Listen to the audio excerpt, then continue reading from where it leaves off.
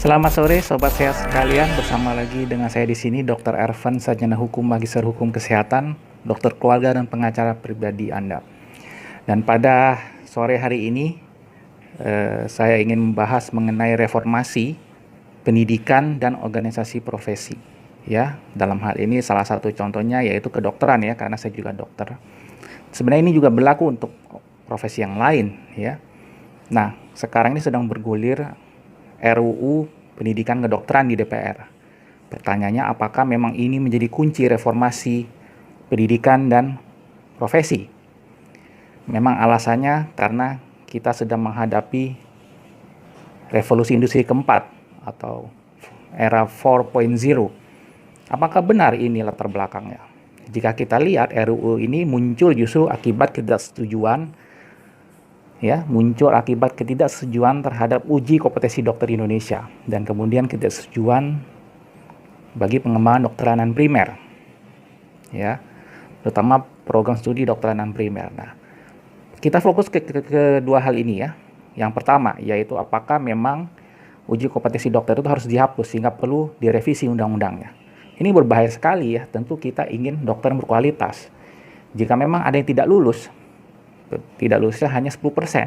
Apakah betul bahwa semua ujian itu harus meluluskan pesertanya? Dan yang pernah terjadi justru sebaliknya, yang sudah lulus uji kompetensi dokter malah disuruh ujian lagi versi organisasi profesi. Sedangkan ada yang tidak lulus malah langsung ikut ujian organisasi profesi dan lulus. Ya. Nah, dan apakah memang organisasi profesi itu bisa campur tangan dalam hal pendidikan, padahal kita tahu undang-undang dikti, undang-undang pendidikan tinggi ya, juga di undang-undang sistem pendidikan nasional, organisasi profesi itu sifatnya hanya mitra ya. Bagaimana jika mitra ini adalah ormas kemudian diberikan wewenang? Ini justru yang harus dipertimbangkan.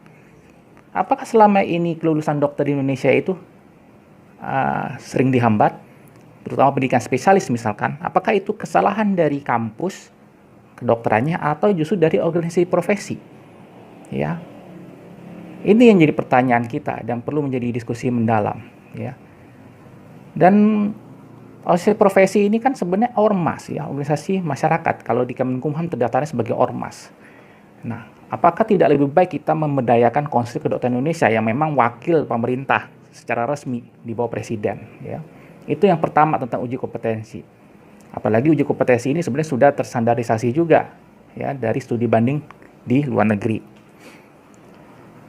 Sedangkan yang uji kompetensi yang versi organisasi profesi dari banyak fakta di persidangan karena dibawa ke Mahkamah Konstitusi, itu ada mahasiswa yang mantan mahasiswa ya lulusan dari uji kompetensi ini yang mengatakan bahwa uji kompetensi versi organisasi profesi itu lebih rendah kualitasnya ketimbang uji kompetensi versi pemerintah yang tadi dipermasalahkan ingin dihapus dalam RUU Pendidikan Kedokteran yang baru ini.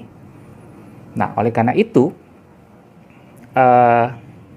dekan-dekan kedokteran, ya, dosen-dosen kedokteran harus bersuara tentang ini dan terutama juga masyarakat. Ya, apakah memang rela uji kompetensi dokter yang sudah terstandarisasi ini dihapus? Itu yang pertama ya. Yang kedua, pendidikan dokteran primer. Ya, ini adalah pendidikan dokter spesialis ya, setara spesialis di undang-undang itu, kemudian sekarang juga berkembang ke kedokteran keluarga ya menjadi spesialis. Nah, apakah memang ingin menghapus ini juga ya? Banyak isu yang mengatakan masa dokter disuruh sekolah lagi, dokter umum sekolah lagi gitu ya. Kita tahu bahwa istilah dokter umum itu tidak ada di undang-undang, adanya hanya dokter. Dokter itu hanya batang ilmu sebenarnya ya. Oleh karena itu di undang-undang praktek kedokteran pun kolegium itu adalah untuk cabang ilmu ya. Kolegium itu adalah organisasi profesi ya yang mengurusi pendidikan ya. Nah, itu hanya untuk dokter spesialis berarti. Bagaimana jika ada kolegium dokter umum? Sebenarnya itu bisa kita perdebatkan secara hukum ya. Nah, kemudian juga yang jadi masalah adalah jika memang kedokteran keluarga ini atau dokteran primer ini juga sering dikatakan menambah masa studi, apakah benar? Ya, justru sebenarnya mengurangi. Kenapa? Karena sebenarnya semua dokter tidak perlu menguasai ilmu kedokteran keluarga atau ilmu pelayanan primer yang advance. Mereka hanya perlu basic medical education, karena mereka kan nggak semuanya mau tetap praktek di puskesmas atau klinik menjadi dokter layanan primer ya, dokter layanan tingkat pertama gitu ya, di puskesmas atau di klinik. Kan mereka banyak menjadi spesialis yang lain, spesialis mata, kulit, bedah, dan segala macam.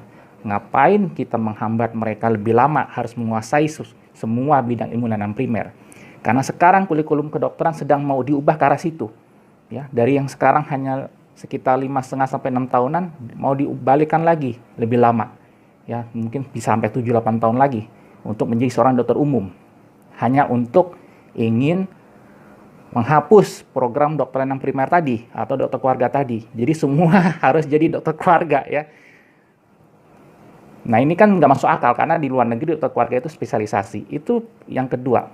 Dan yang ketiga saya ingin menyoroti ya masalah sebenarnya RUU Pendidikan Kedokteran yang sekarang bergulir di DPR itu tidak membahas dua hal ini sebenarnya, walaupun sejarahnya ada berdasarkan dua hal ini. Yang sekarang muncul justru adalah perlunya RUU ini untuk mengimbangi kemajuan teknologi di era revolusi industri keempat.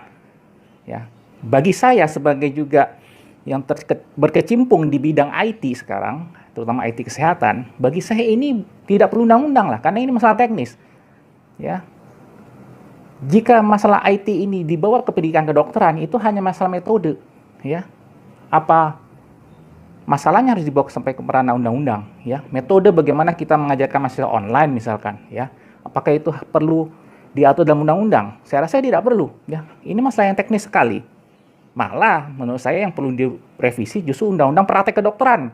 Ya memang sudah beberapa kali direvisi oleh Mahkamah Konstitusi. Dari tahun 2004 undang-undang ini, sedangkan undang-undang pendidikan kedokteran itu 2013. Dan ketika ada yang menggugat uji kompetensi tadi dan menggugat program dokter layanan primer tadi, nyatanya Mahkamah Konstitusi tetap bersikukuh mempertahankan undang-undang pendidikan kedokteran. Ngapain kita revisi lagi undang-undang pendidikan kedokteran ini? Apa kita mau melawan putusan Mahkamah Konstitusi? Pertanyaannya, ya. Nah, kemudian di RUU ini juga ada hal-hal yang lebih baru lagi, yaitu bertambahnya wewenang atau perlunya berkoordinasi antara kampus dengan organisasi profesi. Ya tentu saja perlu koordinasi. Tapi bagaimana jika masalah ini ada di hampir 27 pasal di RUU yang baru ini? Apakah itu malah menunjukkan dominansi organisasi profesi terhadap kampus yang notabene sebenarnya adalah independen? Ya. Oleh karena itu marilah para dekan ya, para dokter, profesor, mahasiswa kedokteran, LSM, ya masyarakat, kita bersuara tentang hal ini. Apakah RUU ini penting direvisi atau enggak? Karena sebenarnya Undang-Undang Pendidikan Kedokteran tahun 2013 itu telah memfasilitasi banyak hal reformasi kedokteran, antara lain insentif untuk mahasiswa spesialis. Itu sudah tertulis di situ sebenarnya. Ya. Kemudian juga pelindungan hukum untuk mahasiswa sudah tertulis di situ. Jadi hanya tinggal kita perdetil pelaksanaan teknisnya, tidak perlu kita ubah undang-undangnya, ya. Justru kalau undang-undang praktek kedokteran itu mungkin lebih relevan secara hukum, karena saya juga orang hukum ya, untuk direvisi. Kenapa undang-undang praktek kedokteran ini terkait misalnya soal jam praktek, karena banyak juga sekarang dokter yang praktek online. Nah itu mungkin yang perlu malah direvisi sebenarnya, bukan pendidikan kedokteran ya, kalau alasan teknologi tadi ya. Demikian pendapat saya ya sebagai akademisi hukum sekaligus dosen kedokteran dan juga praktisi kedokteran sampai sekarang. Silakan komen, like, subscribe channel ini dan kita diskusi dalam channel ini. Mungkin kita akan makan live streaming atau webinar tentang hal ini.